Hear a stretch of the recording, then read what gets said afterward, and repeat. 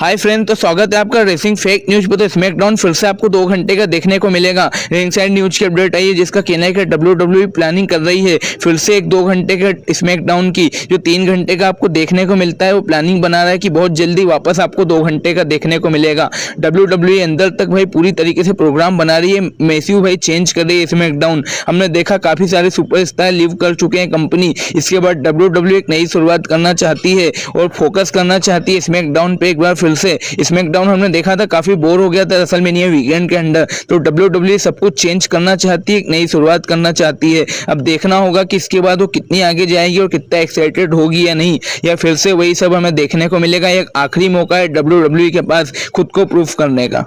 आगे बात करेंगे ड्राफ्ट की, तो क्या इस साल आपको देखने को मिलेगी ड्राफ्ट? तो भाई बिल्कुल भी नहीं होने वाली। रिंगसाइड न्यूज की अपडेट आई है जिसका कहना है कि इस साल आपको ड्राफ्ट नहीं देखने को मिलेगी। अब किसी को अगर नहीं पता ड्राफ्ट क्या होता है तो भाई सुपरस्टार कुछ स्मैकडाउन से रॉ पे चले जाते हैं, कुछ रॉ से स्मैकडाउन पे। पर अपडेट का कहना है कि ऐसा कुछ भी नहीं होने वाला है। प्लान नहीं करेगा WWE इस साल के लिए, और वैसे भी होना नहीं चाहिए क्योंकि कोई फायदा होता नहीं है। जब मन करता है WWE किसी भी स्टार को किसी भी ब्रांड पे बुला लेती है तो कोई सेंस बनता भी नहीं है। और ओल्ड समय में जब सबसे पहली बार ये हुआ था तो सिर्फ इसलिए हुआ था क्योंकि WWE के अंदर मैसिव टैलेंट आ गए थे और कमी हो गई थी भाई उन्हें टाइम की। तो इस वजह से विंस मैकमैन ने पहली बार ड्राफ्ट करवाया था। और अब देखा जाए तो 3-4 स्टोरी लाइन ही तो चलती है WWE में अंदर। तो इससे अच्छा है कि आप एक ही जो स्टोरी लाइन है उसे दोनों शो पे दिखाओ और ज्यादा फोकस करके। तो इससे दोनों आपके जो शो हैं उस पर भाई फोकस ज्यादा होगा, इंटरेस्टिंग होगा शो को देखना।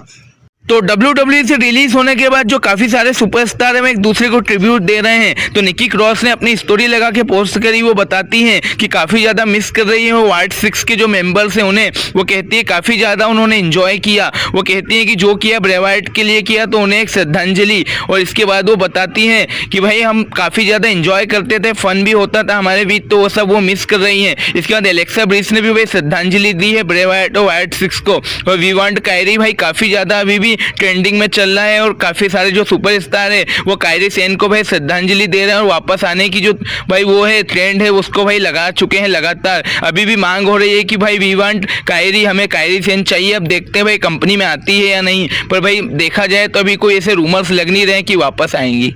तो जो निकी बेला की वापसी है वो हो सकती है रिंग के अंदर नाइट्स ऑफ चैंपियन में। तो निकी बेला अपने शो पे बात करते हुए कहती है कि वो जल्दी से जल्दी रिकवरी करने की पूरी कोशिश कर रही हैं। और अपडेट का कहना है कि जितना हम एक्सपेक्ट कर रहे हैं उससे भी जल्दी निकी बेला शायद हमें आते हुए देखने को मिल सकती है। फिर पिछली अपडेट आई थी उसका कहना था कि 6 से 8 वीक लगेंगे निकी बेला की कमबैक में, ऐसी अपडेट है। और निकी बेला भाई उससे भी जल्दी रिकवर करने की कोशिश कर रही है। तो अपडेट का कहना है कि नाइट्स ऑफ चैंपियन में शायद आपको देखने को मिल सकती है निकी बेला एक मैच के अंदर। अब देखना मजेदार होगा निकी बेला हील बनेगी या फिर फेस ही रहेगी, क्योंकि हमने देखा है कि ब्री बेला और निकी बेला एक टैग टीम पार्टनर बन के आई थी, पर पेज ने ब्री बेला को ज्वाइन कर लिया है। तो शायद जो निकी बेला के हील टर्न है वो पेज के ऊपर देखने को मिल सकता है। तो देखना मजेदार होगा। और अपडेट आ भी रही थी कि जो निकी बेला है वो फाइनली हील बनना चाहती है उनके आखिरी जो कॉन्ट्रैक्ट है उसके अंदर। तो स्टेफनी वेकल और मॉर्गन का जो मैच है रेसलमेनिया का वो इतना शॉर्ट क्यों था? तो भाई इस पे भी अपडेट आई। अपडेट का कहना है कि किसी चोट के कारण नहीं था। कई सारे फैंसों को ऐसा लग रहा था कि जो चोट लगी थी मॉर्गन को ये उस वजह से था, पर रिपोर्ट का कहना है कि ऐसा बिल्कुल भी नहीं है। WWE के पास भाई टाइम की कमी थी, टाइम की कटौती थी, जिसके कारण कि ये मैच को शॉर्ट करवाना पड़ा। बताया जा रहा है कि WWE ने काफी ज्यादा जो टाइम है वो ले लिया था एडवर्टाइज में और इधर उधर के प्रोमोस में। तो बताया जा रहा है इसी वजह से, यही वो कारण था जिस वजह से जो मैच है उसे शॉर्ट रखना पड़ा। और हमने देखा कि काफी ज्यादा जो मैचेस थे वो शॉर्ट हुए रेसलमेनिया के अंदर। और यही शिकायत भाई सुपरस्टारों को भी थी और फैंसों को भी। क्या सच में मैसिव हेट करते हैं ब्रॉक लेसनर ट्रिपल एच से? तो विंस रूसो अपने ब्रॉडकास्ट पे बात करते हुए कहते हैं कि जो हमने रेसलमेनिया के अंदर एंगल देखा वो एकदम प्लान का हिस्सा था नहीं, सब कुछ ओरिजिनल था। विंस रूसो बात करते हुए कहते हैं कि विंस की एरा में कभी ऐसा हुआ ही नहीं कि सुपरस्टार को जो कहा जाए वो उससे अलग ही करे। जो विंस कह देता था वो फाइनल हो जाता था।